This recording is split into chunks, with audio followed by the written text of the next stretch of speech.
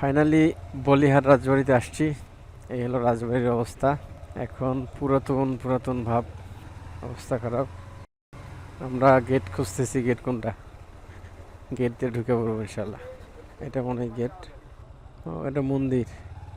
এটা হচ্ছে রাজবাড়ি বলিহার দ্বিমুখী উচ্চ বিদ্যালয়। এই হলো রাজবাড়ি, এই তো সামনে। এটা হচ্ছে মন্দির। এই হলো অবস্থা।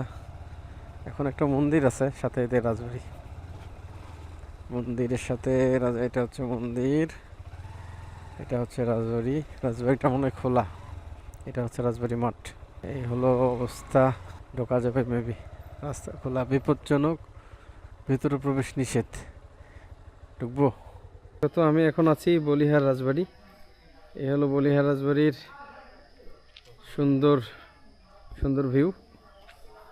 মানে ছোট্ট একটা রাজবাড়ি, দেখতে পাচ্ছেন কত সুন্দর রাজবাড়ি, অসম্ভব সুন্দর। এটা আসলে এখন আর রাজবাড়ি ওইভাবে নাই, প্রায় ধ্বংসস্তূপ।